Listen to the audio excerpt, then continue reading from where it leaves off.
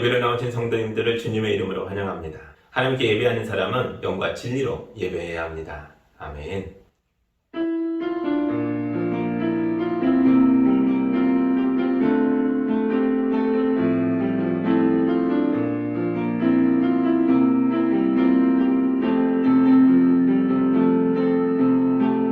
사랑의 하나님 아버지, 의롭고 거룩한 예배로 우리를 불러주셔서 감사합니다. 주님의 손으로 자녀들을 어루만져 주시고 거룩한 말씀으로 축복하여 주옵소서. 예수님의 이름으로 기도합니다. 아멘. 우리 한 주간의 삶을 되돌아보며 아버지 앞에 서기에 부끄러운 것들이 시간 있다면 다 고백하고 용서받는 기도를 함께 드리겠습니다.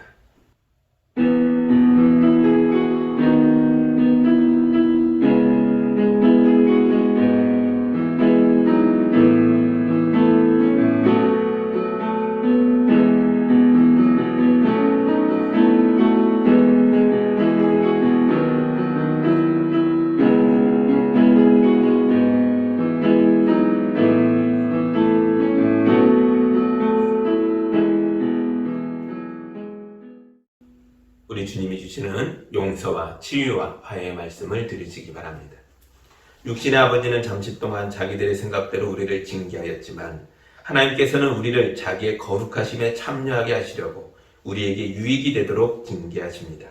무릇 징계는 어떤 것이든지 그 당시에는 즐거움이 아니라 괴로움으로 여겨지지만 나중에는 이것으로 훈련받은 사람들에게 정의의 평화로운 열매를 맺게 합니다. 아멘.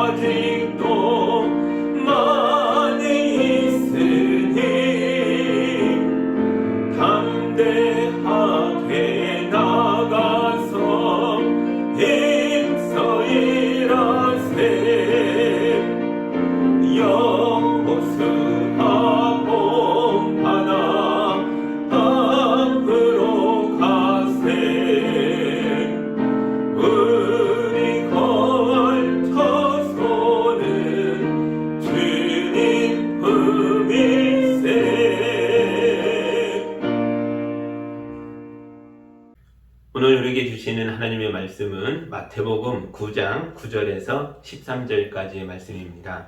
하나님의 말씀을 봉독할 때 함께 보시기 바랍니다. 예수께서 거기에서 떠나서 길을 가시다가 마태라는 사람이 세간에 앉아있는 것을 보시고 말씀하셨다. 나를 따라오너라. 그는 일어나서 예수를 따라갔다. 예수께서 집에서 음식을 드시는데 많은 세리와 죄인이 와서 예수와 그 제자들과 자리를 같이 하였다. 바리새파 사람들이 이것을 보고 예수의 제자들에게 말하였다. 어찌하여 당신네 선생은 세리와 죄인과 어울려서 음식을 드시오? 예수께서 그 말을 들으시고 말씀하셨다. 건강한 사람에게는 의사가 필요하지 않으나 병든 사람에게는 필요하다. 너희는 가서 내가 말하는 것은 자비요 희생제물이 아니다 하신 말씀이 무슨 뜻인지를 배워라. 나는 의인을 부르러 온 것이 아니라 죄인을 부르러 왔다. 아멘. 잠깐 기도합니다. 하나님 감사합니다. 이 땅에 우리를 불러주시고 우리를 하나님 자녀 되게 하시고 교회 되게 하시고 구원받은 백성 되게 하시니 감사합니다. 이 말씀을 되새기며 우리가 하나님의 사람으로 온전히 거듭나는 시간 될 수 있도록 인도하여 주옵소서. 예수님의 이름으로 기도합니다. 아멘. 우리 주변에 쓸모없어 보이는 것들이 있습니다. 그러나 정말 쓸모가 없는 걸까요? 쓸모없어 보이면 진짜 쓸모없는 거냐 하는 거죠. 그렇지 않습니다. 쓸모가 없는 게 아니라 아직 어디에 쓸지를 모르는 것뿐입니다. 사람도 마찬가지죠. 이 세상에 쓸모없는 사람이란 존재하지 않습니다. 모든 사람이 각자 나름대로 귀하게 쓰일 곳이 있습니다. 하나님께서 우리를 세상에 보내실 때에 그냥 세상에 아무렇게나 던져놓은 게 아닙니다. 귀하게 쓰임새를 다 하고 오라고 우리를 세상에 파송하신 줄 믿습니다. 이 마음으로 보면 우리는 지혜로운 눈으로 세상을 보며 사람들을 볼 수 있습니다. 여러분도 버려진 것들을 가치 있는 것으로 만들어낼 수 있습니다. 버림받은 것 같은 사람을 귀한 하나님의 일꾼으로 세울 수 있습니다. 오늘 말씀에서 예수님이 하신 것이 바로 그런 일입니다. 마태복음 9장 9절 다시 봅니다. 예수께서 거기에서 떠나서 길을 가시다가 마태라는 사람이 세간에 앉아있는 것을 보시고 말씀하셨다. 나를 따라오너라. 그는 일어나서 예수를 따라갔다. 아멘. 세간에 앉아있는 마태, 그러니까 이 마태의 직업이 세리죠. 세리는 세금 걷는 세금 공무원입니다. 세금 걷어서 정부가 일을 할 수 있는 거죠. 오늘날 정부가 할 일이 얼마나 많습니까? 그래서 국민의 의무 중에 납세의 의무가 있는 거죠. 그런데 예수님 당시에는 이게 좀 복잡합니다. 왜냐하면 당대의 세금을 걷어가는 정부는 유대인들의 정부가 아니라 로마의 황제였기 때문입니다. 로마의 황제는 유대인들의 왕이 아닙니다. 그들은 이스라엘을 무너뜨리고 유대인들을 지배하고 있는 이방인들이었습니다. 그러니 유대인들이 세금을 걷어가는 세리를 좋게 볼 리가 없죠. 이 당시 기록에 의하면 어떤 사람이 세리가 되면 그는 유대인의 회당에서 쫓아내야 한다고 기록되어 있습니다. 사람들은 세리를 속이는 건 죄가 아니다라고 회당에서 랍비에게 배웁니다. 그걸 공공연히 가르쳤다는 거죠. 유대인의 법정에선 세리의 증언을 채택하지 않습니다.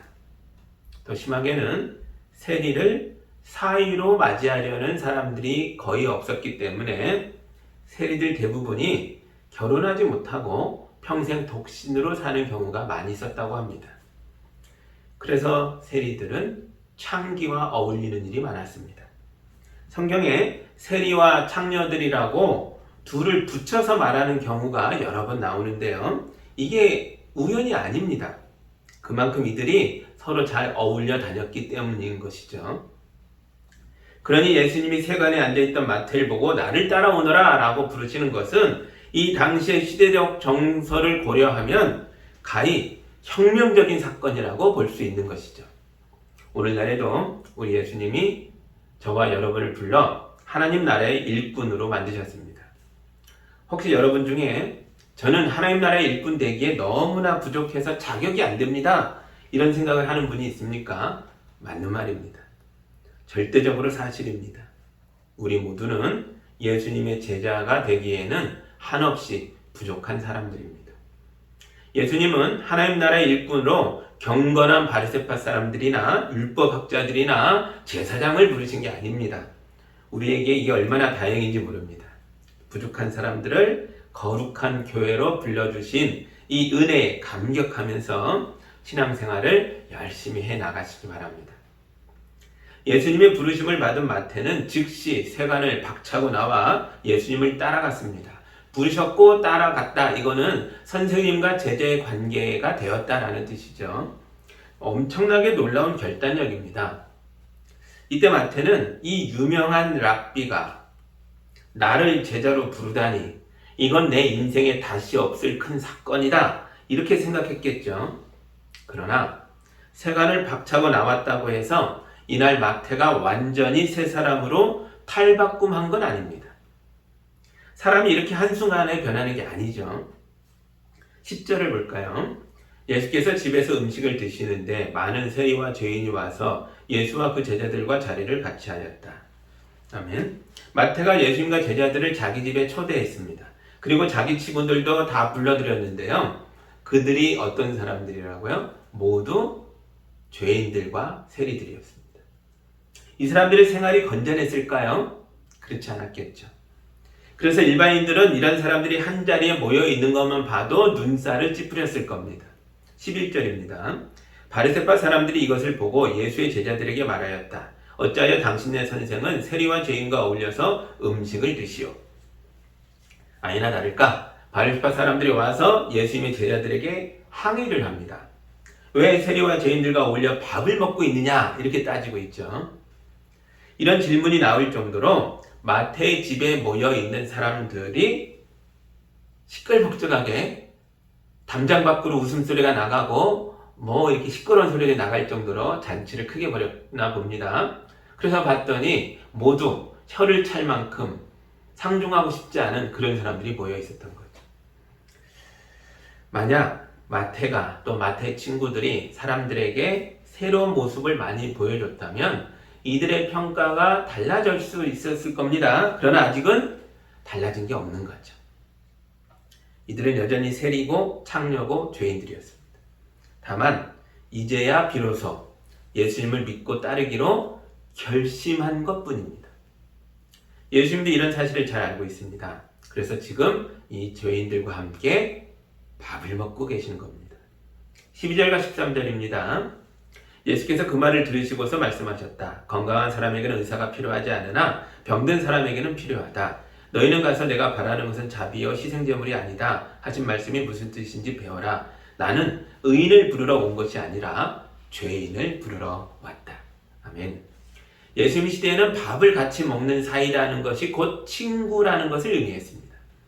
예수님은 세리와 죄인들 속에 들어가서 그들과 함께 밥을 먹으면서 그들의 친구가 되어 주셨습니다. 그리고 이 죄인들을 자기의 제자로 부르셨습니다. 나를 따르라. 이게 내 제자가 되라. 이 부름입니다. 자기에게 와서 자기로부터 배우라고 말씀하셨죠. 왜냐하면 사람이 좋은 결심을 했다고 해서 갑자기 저절로 좋아지는 게 아니기 때문입니다.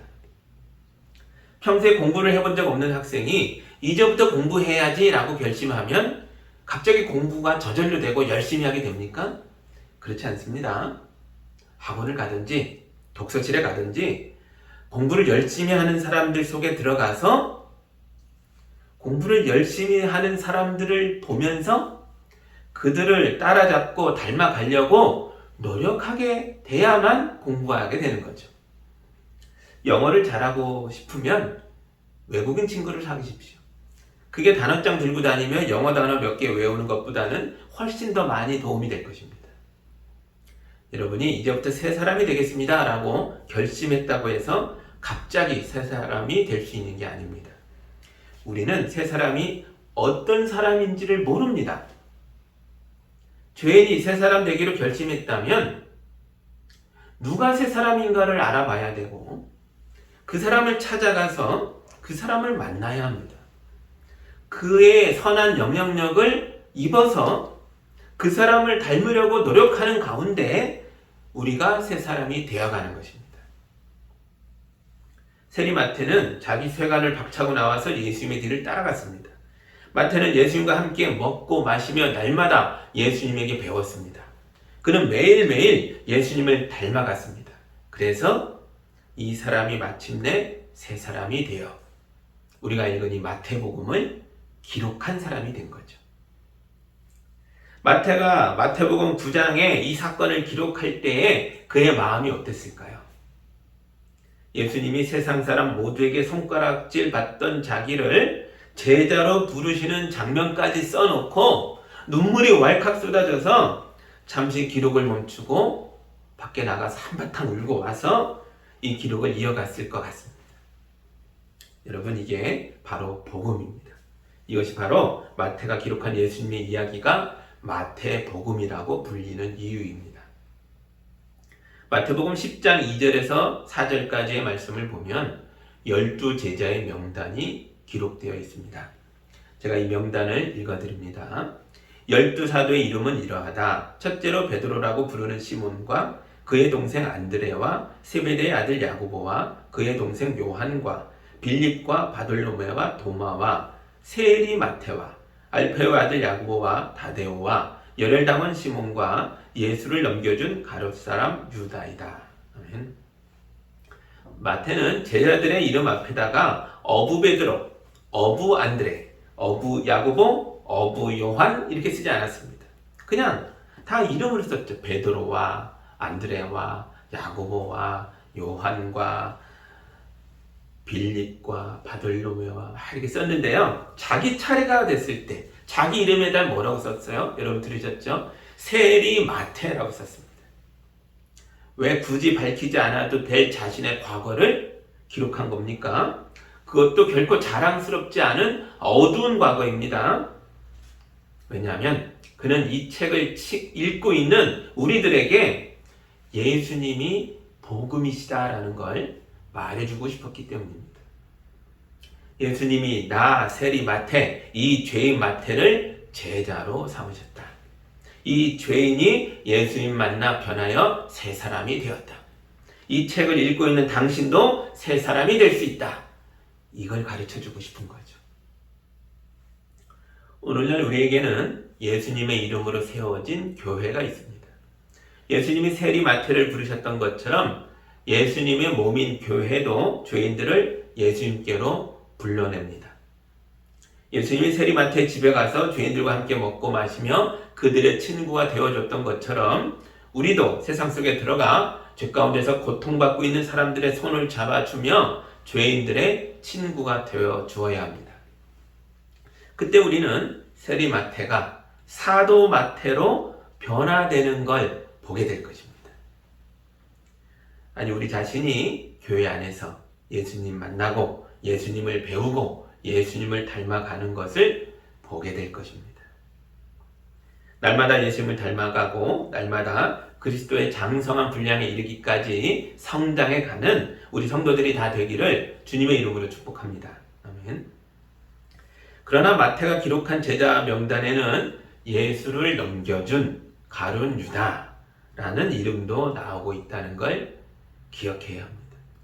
마태는 유다의 이름을 기록하면서 예수를 넘겨준이라는 이 말을 쓰면서 손이 덜덜 떨렸을 것 같아요. 유다도 다른 제자들과 함께 예수님을 따라다닌 사람입니다. 예수와 함께 먹고 마시며 생활을 같이 했습니다. 그런데도 그는 새 사람이 되지 못했고 돈 몇 푼에 하나님의 아들을 팔아버리는 사람이 되었습니다.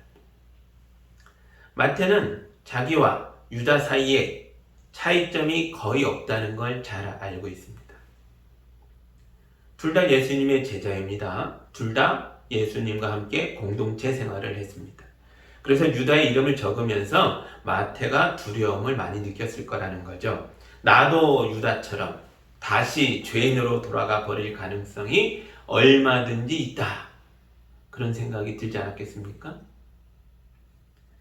우리 교회 간판이 좀 특별하게 생겼죠. 100년 된 통나무 위에 투명한 상자를 올려놓고 그 안에 나무 십자가와 도자기 양들을 넣어 놓았습니다. 십자가를 바라보는 양들이 너무 예쁘고 편안해 보입니다. 하지만 최근에 비도 많이 맞았고 먼지도 묻었고 거미줄까지 있어서 지저분해 보였습니다.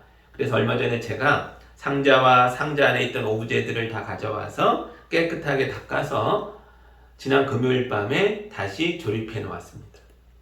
다음날 아침에 출근하면서 보니까 우리 간판이 아침 햇살을 받아서 맑고 투명하고 아름답게 반짝이고 있었습니다.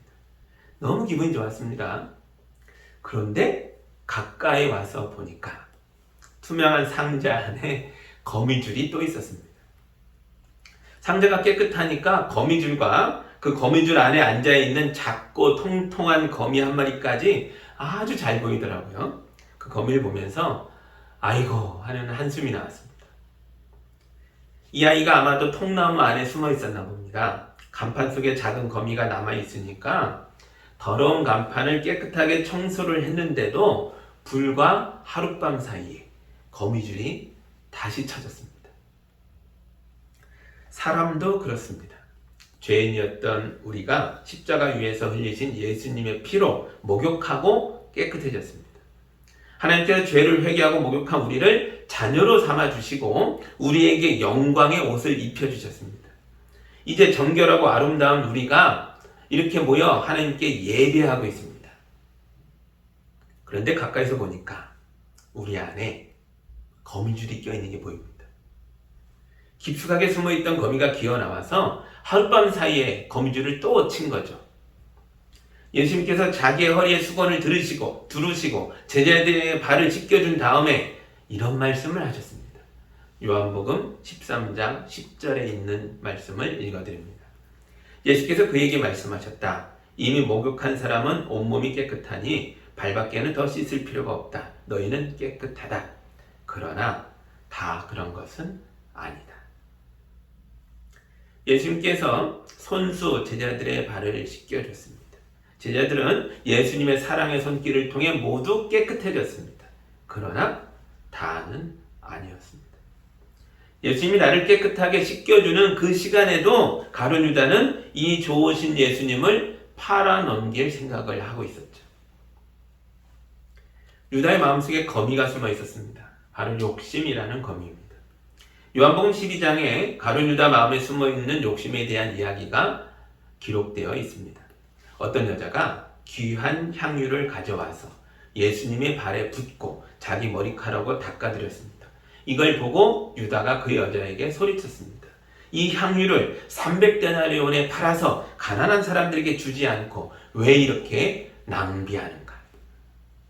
사도 요한은 이 장면을 모두 지켜본 사람 중에 하나이죠. 그는 요한복음 12장에다가 이날의 사건을 기록하면서 유다에 대해서 이런 평가를 남겨놓았습니다.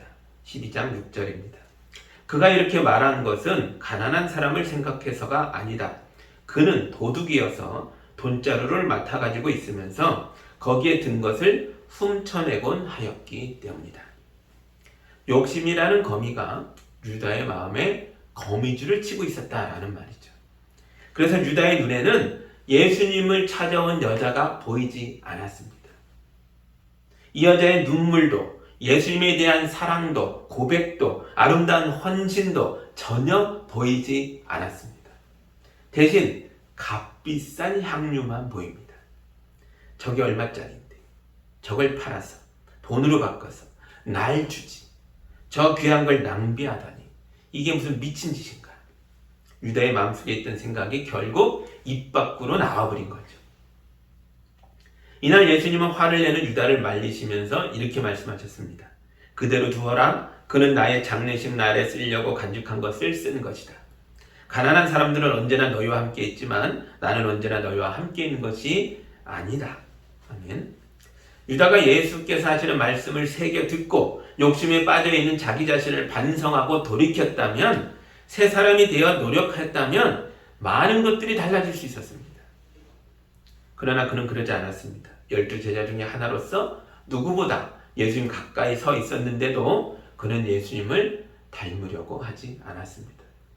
유다가 자기 마음속에 있는 욕심이라는 거미를 그냥 내버려 두니까 이 거미가 유다의 마음속에 거미줄을 가득 쳐서 유다의 마음을 완전히 장악해버립니다. 그래서 그는 결국 제사장들에게 은돈 30잎을 받고 예수님을 팔아버린 것입니다. 여러분 속에 작은 거미들을 잡아내셔야 합니다. 작은 죄의 유혹들을 우습게 보면 안 됩니다. 이 작은 것들을 그냥 두면 이것들이 무섭게 자라나서 우리 마음 전체를 장악해버릴 수도 있습니다. 그러므로 날마다 주의 말씀을 읽고 찬송을 부르며 쉬지 말고 기도하십시오. 그래야 우리 마음이 깨끗해집니다. 마음이 깨끗해야 우리 속에 숨어있던 거미와 거미줄을 발견해서 청소할 수 있습니다. 예수님이 이 땅에 오셔서 죄인들을 부르셨습니다. 그리고 죄인들에게 친구가 되어주시고 좋은 스승이 되어주시고 우리의 하나님이 되어주셨습니다. 이 죄인들이 예수님과 함께 생활하면서 점점 더 예수님을 닮아갑니다. 이렇게 예수님을 닮아가는 사람들이 모여서 교회를 세운 겁니다.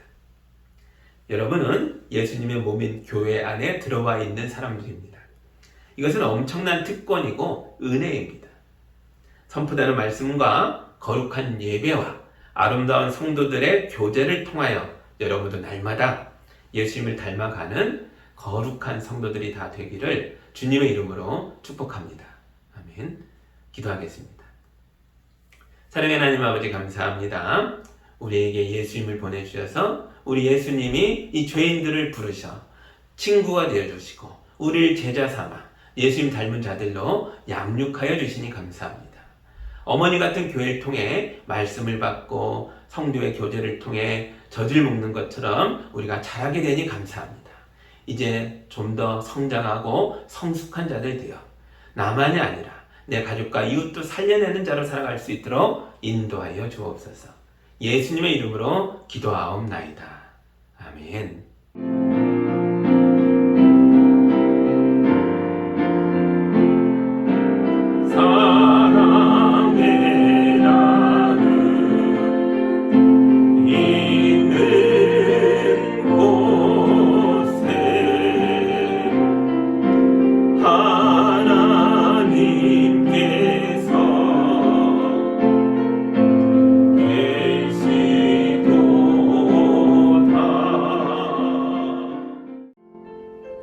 사랑의 하나님 아버지, 우리 성도들을 축복하시고 이 땅에서 수고하고 애쓰는 모든 것들이 은혜의 열매가 되도록 인도하여 주셔서 감사합니다. 성도들이 거룩한 예물을 올려드렸습니다. 이 귀한 예물을 통해 영광 받아 주옵시고 주님의 교회가 든든히 세워지게 하시고 이 땅을 살아가는 어렵고 힘든 사람들을 위로하며 일으켜 세우고 도와주는 일에 거룩하게 쓰이게 하여 주옵소서. 우리 성도들 연약해지지 않도록 주님이 붙들어 주시고 건강을 잃은 자들을 회복시켜 주시고 마음이 무너진 자들을 은혜로 일으켜 세워 주시며 하는 일마다 복되게 열매 맺도록 축복하여 주옵소서. 예수님의 이름으로 기도하옵나이다. 아멘.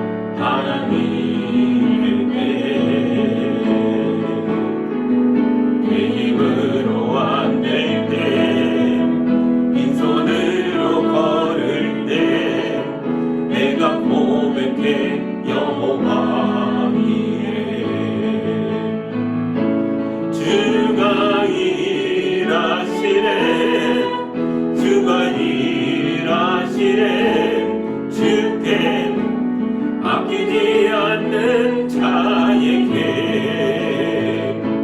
주가 일하시네, 주가 일하시네.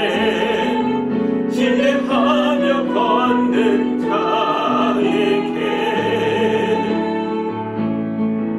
우리 모인 이곳에 주님 함께 계시네.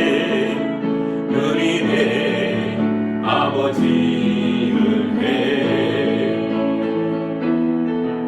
적은 떡과 물고기 내 모든 걸 드릴 때 모두 고백해 여호와 이래. 주가 일하시네, 주가 일하시네. 주께 아끼지 않는 자에게 주가 일하시네 주가 일하시네 신뢰하며 걷는 자에게 주가 일하시네 주가 일하시네 주께 아끼지 않는 자에게 주가 일하시네 주가 일하시네 신뢰하며 걷는 자에게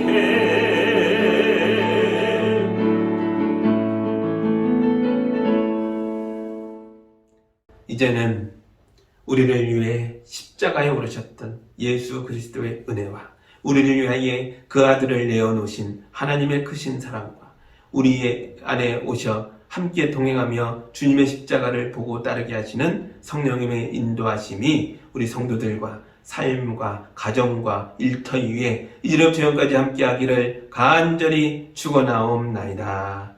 아멘.